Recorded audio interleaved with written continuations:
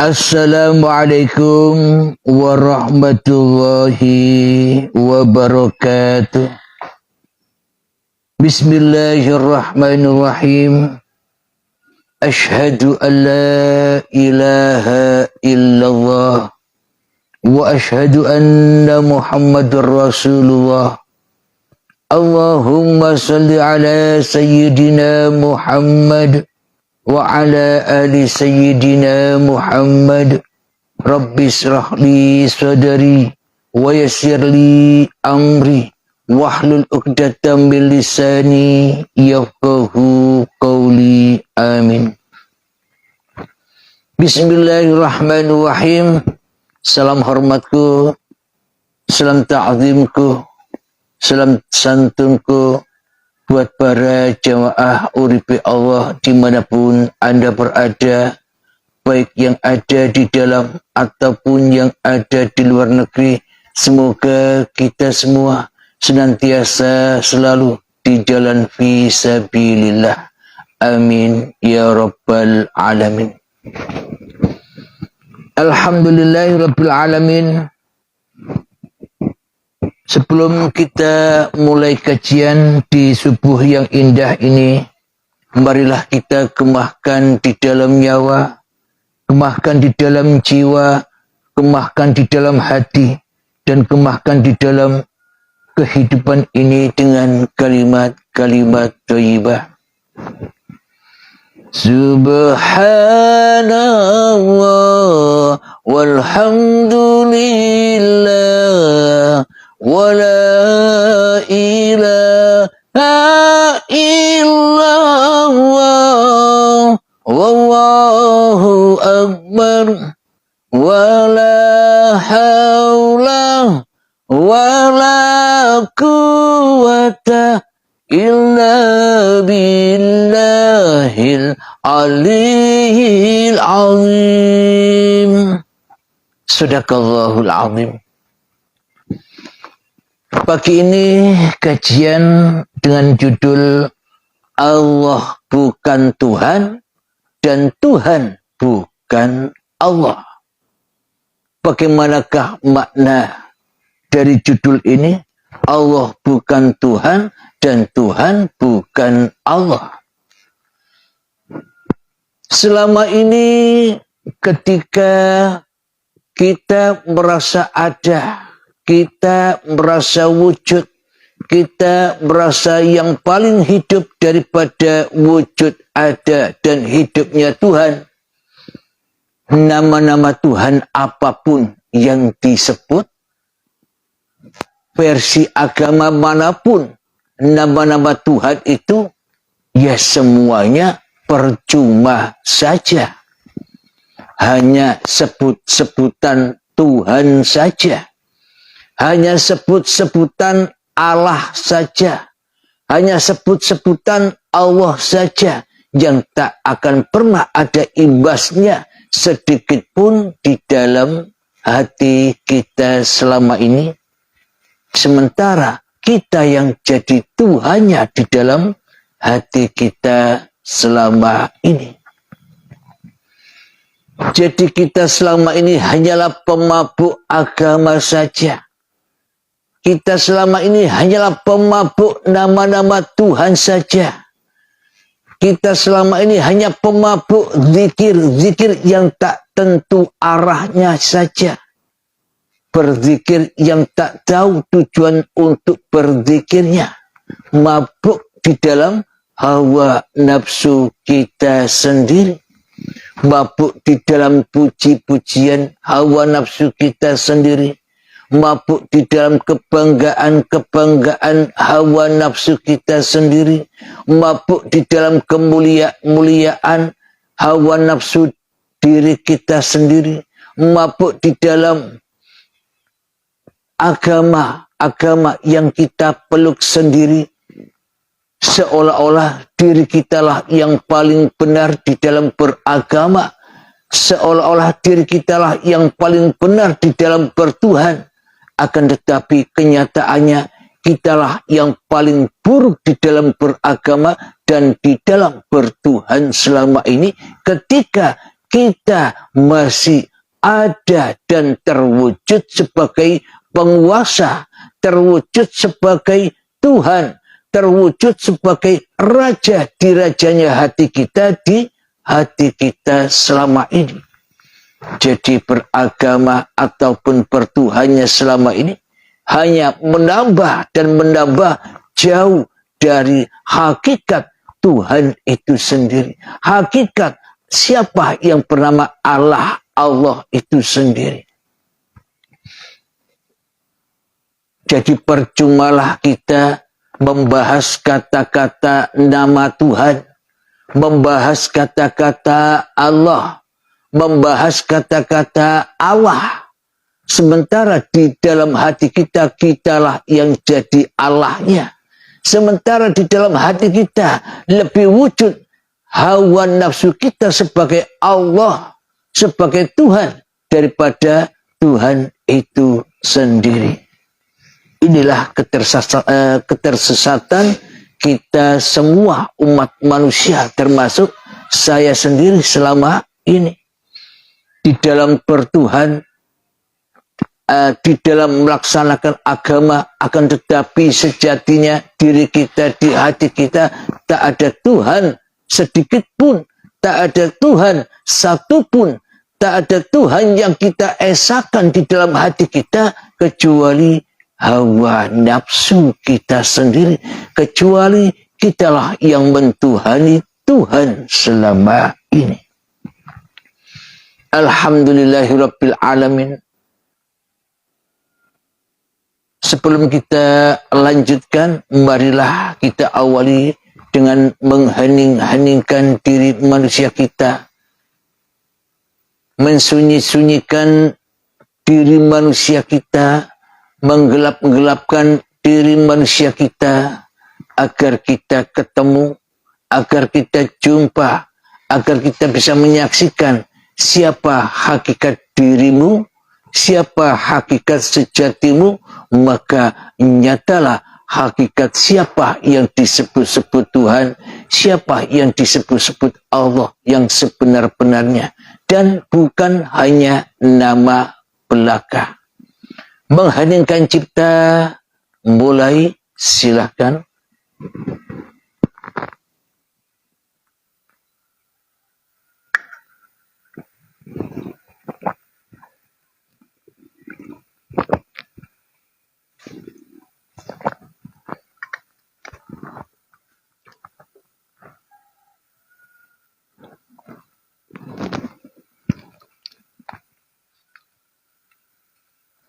Agak saya beri panjang waktunya untuk mengheningkan ciptanya.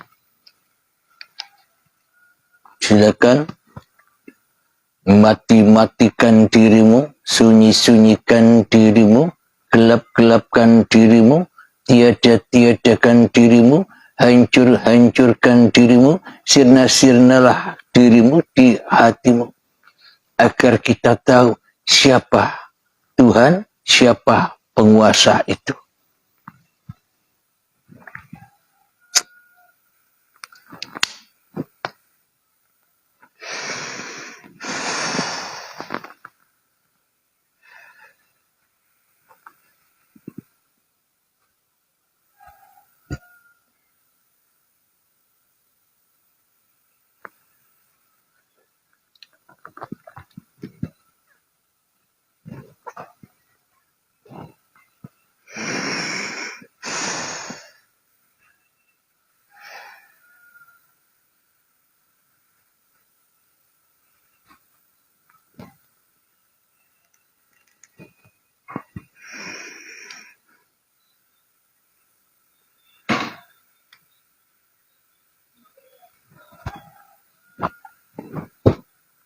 Mengheningkan cipta selesai. Alhamdulillahirabbil alamin.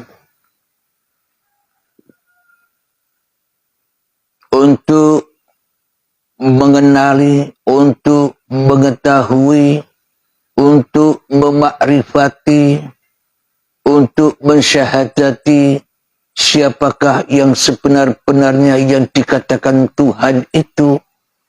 marilah kita telusuri dahulu asal muasal diri kita. Saya Abdul Halim berusia 50 tahun yang lalu. Lahir 50 tahun yang lalu. Ketika saya belum terlahir ke dunia ini 50 tahun yang lalu, itulah Tuhan itu.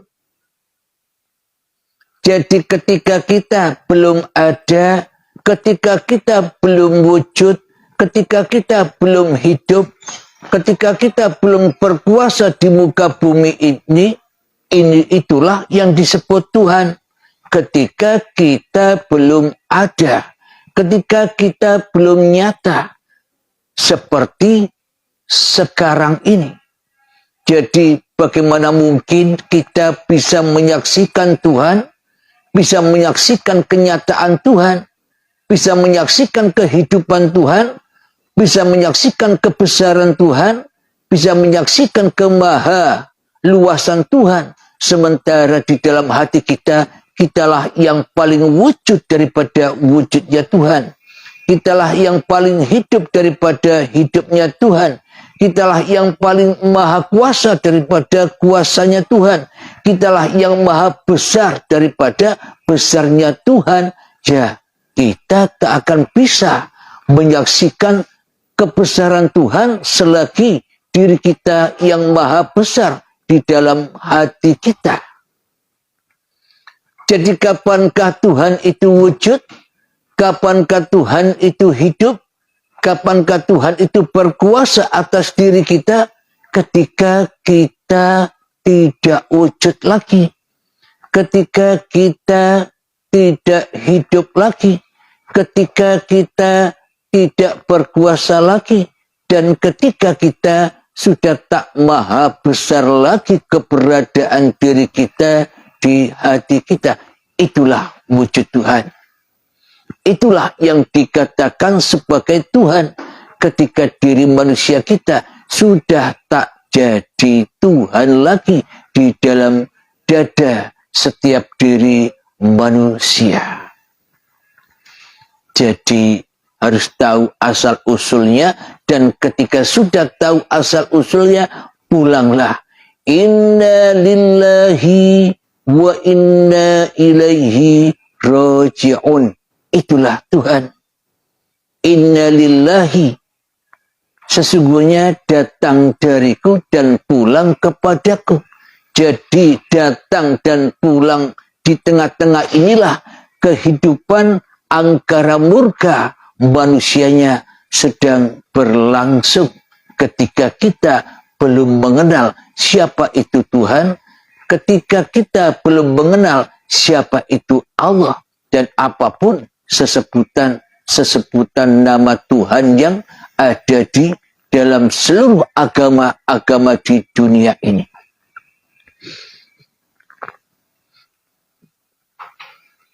Dan bagaimana mungkin kita dapat mengenal Tuhan sementara kita lebih kenal hanya kepada hawa nafsu kita sendiri yang duduk sebagai iblis dan setan yang selalu jauh, yang selalu mensekutukan Tuhannya.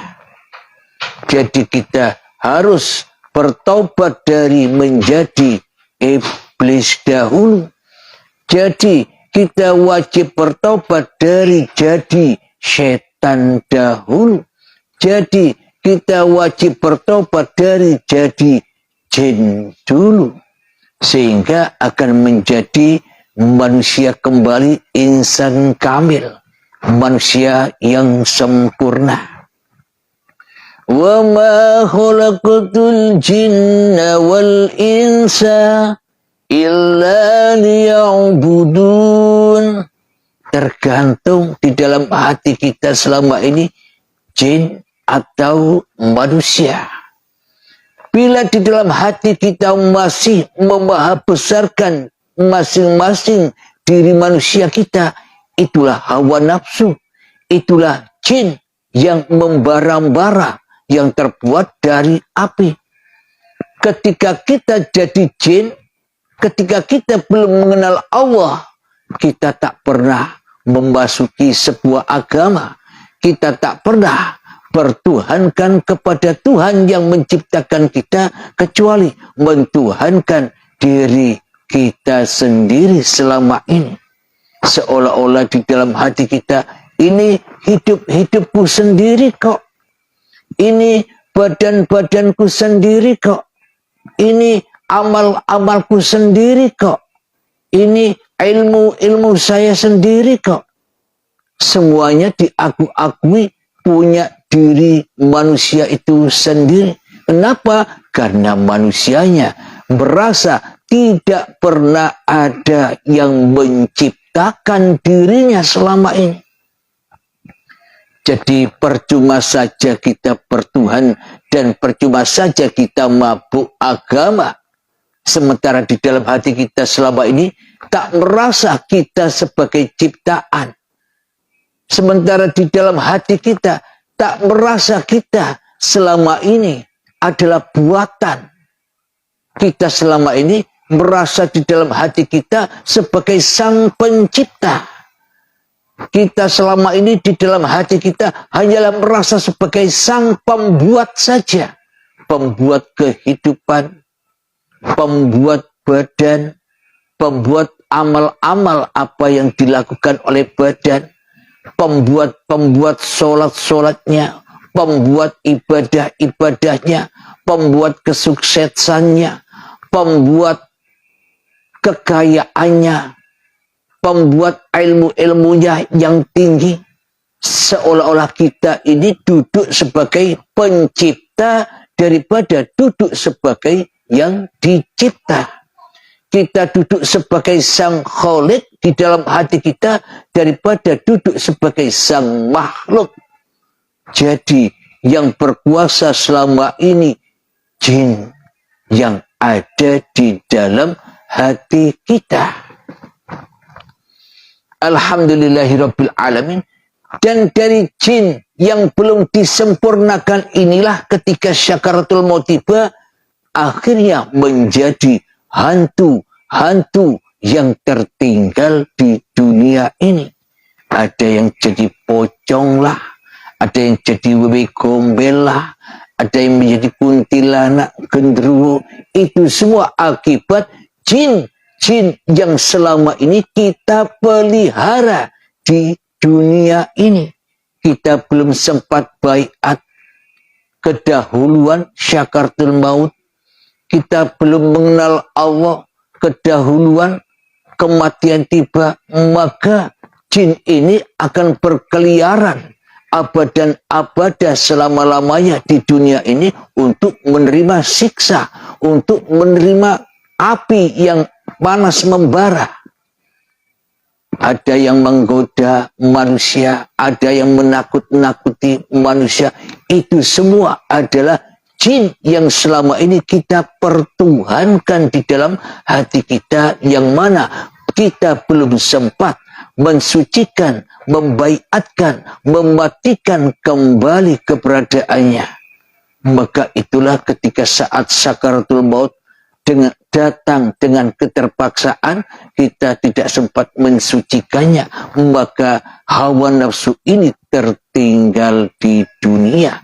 Karena tempatnya api neraka, api jahanam, siksaan-siksaan alam kubur adanya hanyalah di dunia saja. Alhamdulillahirabbil alamin. Marilah kita buka di dalam surat At-Tur. Surat At-Tur ayat yang ke-35.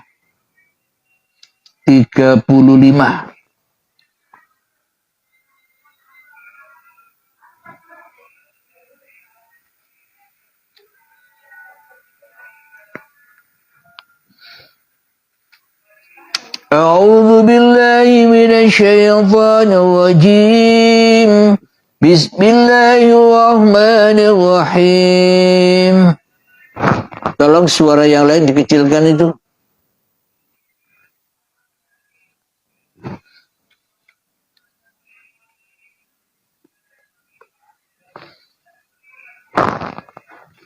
am khuliqu min ghairi syai'in am humul khaliqun, yang artinya atau apakah mereka tercipta tanpa asal usul, ataukah mereka yang menciptakan diri mereka sendiri.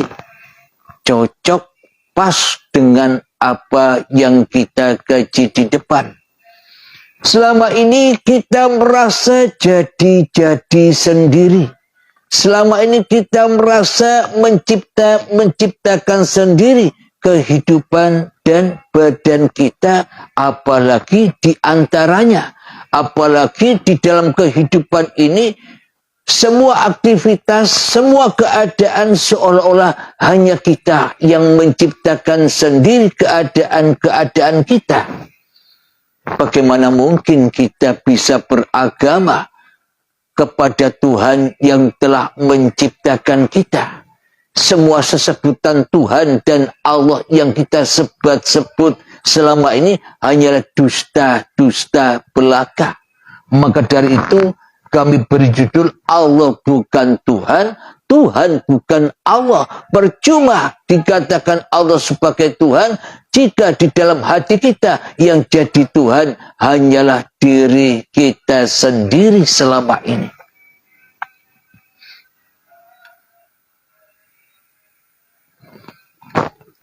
Atur ayat yang ke-36 kelanjutannya.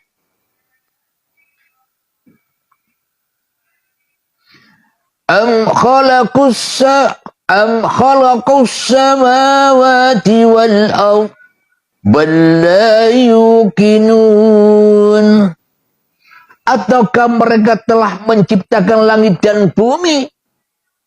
Sebenarnya mereka tidak meyakini apa yang mereka katakan. Jelas sudah, selama ini kita mengaku, aku agama Islam, Tuhannya Allah, aku agama Nasrani, Tuhannya Allah, aku agama Yahudi, Majusi, Sabi'i, dan sebagainya.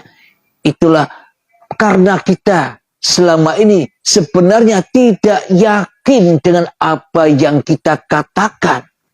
Karena kita lebih yakin kepada jin, karena kita lebih yakin kepada hawa nafsu kita sendiri yang kita dudukkan sebagai pemimpin diri kita sendiri di dalam kehidupan ini.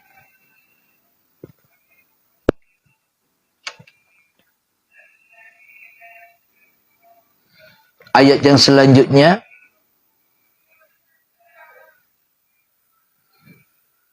ke-37. Ayat yang ke-37. Am indahum khazainu rabbika am humul musaytirun, ataukah di sisi mereka ada perbendaharaan.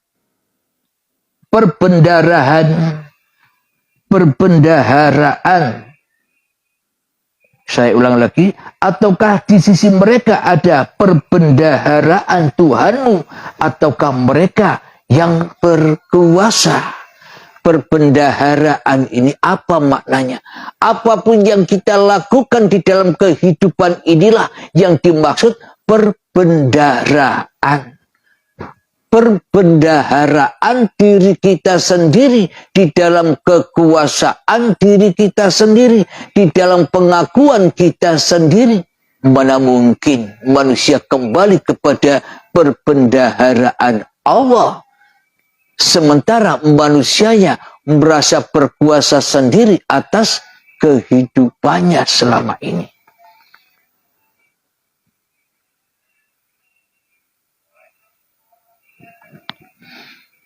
Ayat yang selanjutnya yang 38. Am lahum sullamun yastami'una fi, falyati mustami'uhum bisultanin mubin. Atau apakah mereka mempunyai tangga ke langit untuk mendengarkan hal-hal yang gaib? Maka hendaklah orang yang mendengarkan di antara mereka itu datang membawa keterangan yang nyata. Maknanya mendengarkan berita-berita yang gaib. Selama ini sebelum kita mendengar paparan-paparan uripi Allah, babakan tentang ketuhanan ini kan gaib. Babakan ketuhanan ini kan tidak kita ketahui sebelum kita mengenal di dalam paparan-paparan uripi Allah. Kenapa kita selama ini dengan mengikuti paparan-paparan uripi Allah semakin paham dan paham hal-hal yang selama ini gaib bagi kita? Karena kita selama ini dituntun dan dituntun menaiki tangga-tangga ke langit. Jadi tangga-tangga ke langit itu bukan tangga-tangga seperti yang kita kenal. Naik tangga yang dari bambu itu. Karena langitnya orang mukmin beda dengan langitnya orang kafirin. Baitul kafirin adalah baitun nas. Sedangkan qalbun mukminin baitullah. Qalbun kafirin baitun nas. Di dalam tangga-tangga langit kemanusiaannya hanyalah manusianya. Sedangkan qalbun mukminin, orang-orang yang beriman, tangga-tangga di dalam hatinya menuju Tuhannya. Jadi yang disebut tangga-tangga naik ke langit itu bukan yang di luar, tapi yang di dalam ini loh yang dimaksud. Langitnya Allah, arasnya Allah, perbendaharaan Allah. Alhamdulillahirabbil alamin. Kita bersama, termasuk saya, diberikan hal-hal yang gaib, berita-berita yang gaib, berita-berita yang tidak disukai, berita-berita yang dipendam, berita-berita yang dikubur oleh iblis dan setan, agar kita tidak bisa mendengarkan hal-hal yang gaib, agar kita tidak mendengarkan firman-firman Tuhan, agar kita tidak bisa mendengarkan ayat-ayat Tuhan yang ada di dalam dan di dalam meniti tangga-tangga menuju langitnya Allah. Tangga-tangga menuju perbendaharaan Allah. Agar kita tetap menjadi pengikut-pengikut setan. Agar kita tetap menjadi budak-budaknya iblis. Agar kita tetap menjadi jin yang panas membara, yang selalu membakar-bakar agamanya, yang selalu membakar-bakar Tuhannya di dalam hatinya.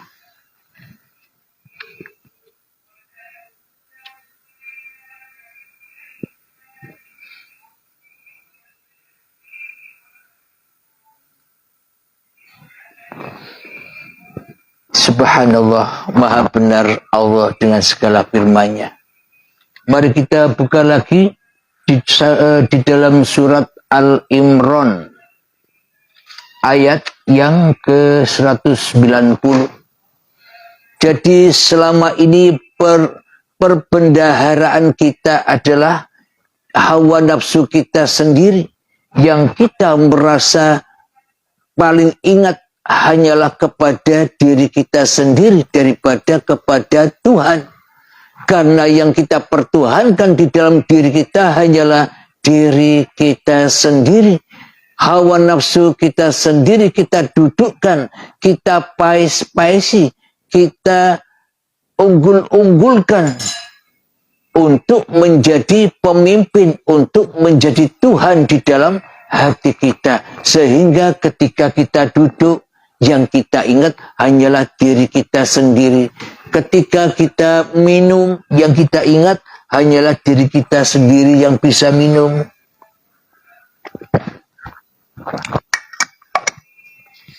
Sehingga ketika kita melihat, kita hanya ingat kepada hanya diri kita yang bisa melihat. Ketika mendengar, kita hanya ingat kepada hanya diri kita lah yang bisa mendengar. Semua perbendaharaan diaku-akui. Kekuasaan diaku-akui sebagai milik manusianya. Di surat Al-Imran ayat ke-190,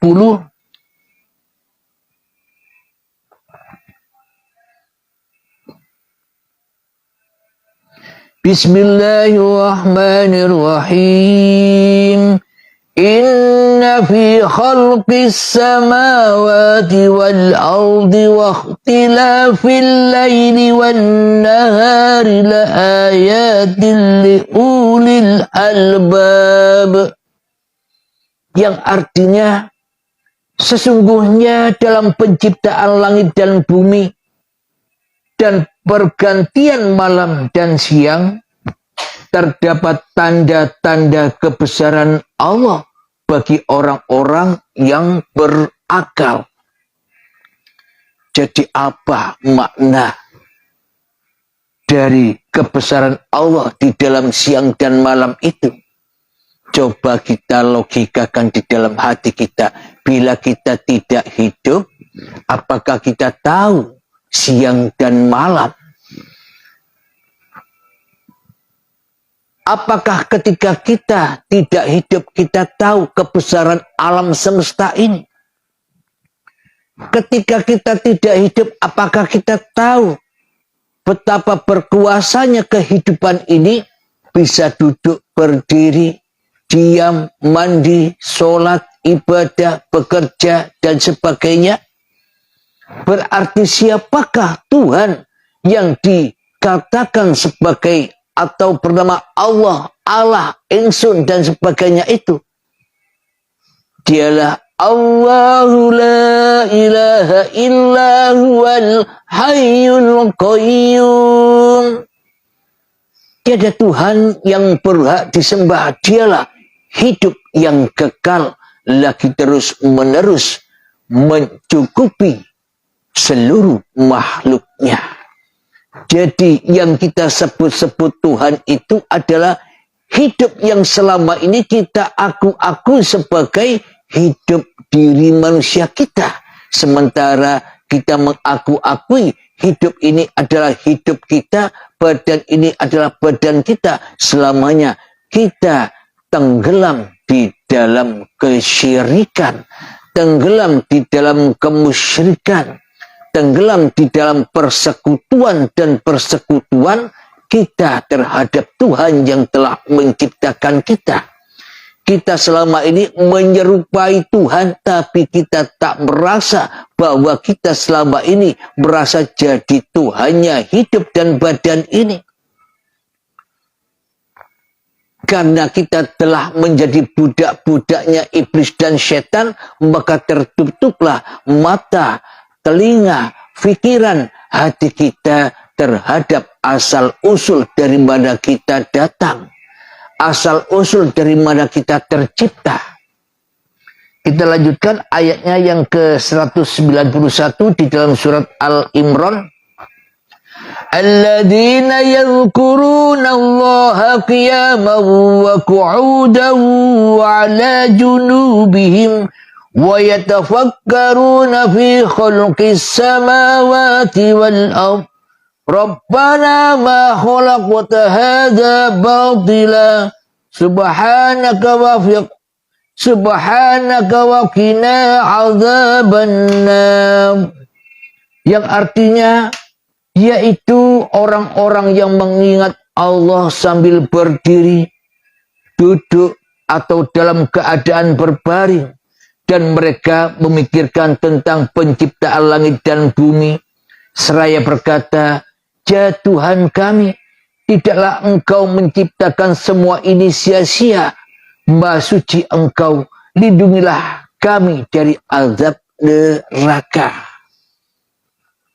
Inilah orang-orang yang sudah bertemu Tuhannya, jadi berbaringnya, jadi berdirinya, jadi duduknya, jadi obahnya, geraknya, jadi minum kopinya, jadi perkatanya, jadi sholatnya, jadi ibadahnya, jadi ngajinya, jadi sholawatannya, jadi zikirannya, jadi pekerjaannya, jadi kekayaannya hanyalah milik Allah. Itulah yang dimaksud la ilaha illallah. Itulah orang-orang yang bertuhan. Itulah orang-orang yang beragama, agamanya Tuhan, agamanya dari mana ia datang, pulangnya ia ke situ jua. Itulah yang dimaksud agama yang sempurna, agama rahmatan lil alamin. Alhamdulillahirabbil alamin.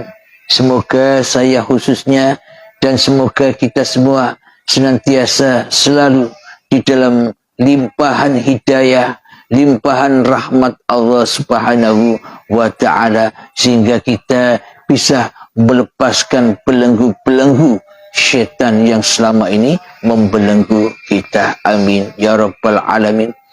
Sebelum kita akhiri kajian di subuh yang indah ini, marilah kita kebahkan selawat tolimin taf'ul bala. Allahumma salli ala sayyidina Muhammad wa ashghili zalimin bi zalimin. Allahumma salli ala sayyidina Muhammad wa ashghili zalimin bi zalimin wa akhrijna min bainihim salimin wa ala alihi wa sahbihi ajma'in.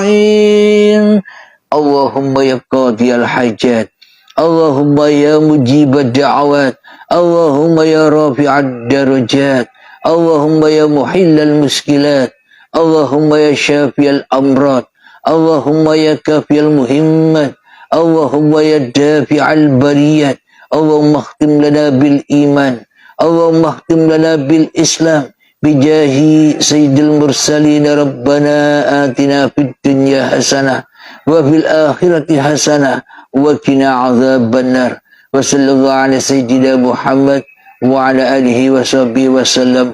Walhamdulillahi rabbil alamin. Akhir kalam. Assalamualaikum warahmatullahi wabarakatuh.